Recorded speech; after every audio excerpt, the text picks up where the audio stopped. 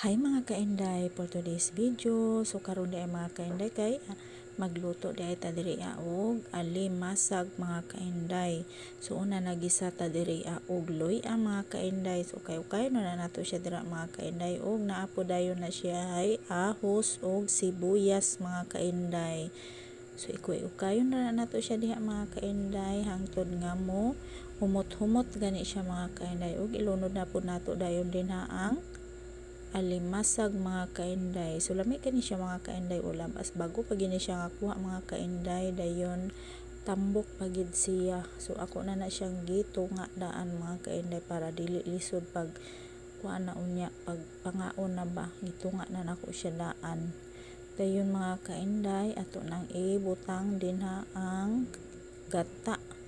So wala na ako gibidyohan mga kainday pagbutang sa gata. So mao na siya diya mga kainday ug gitimplahan na nako siya dayon diya magic sarap ug asin mga kainday.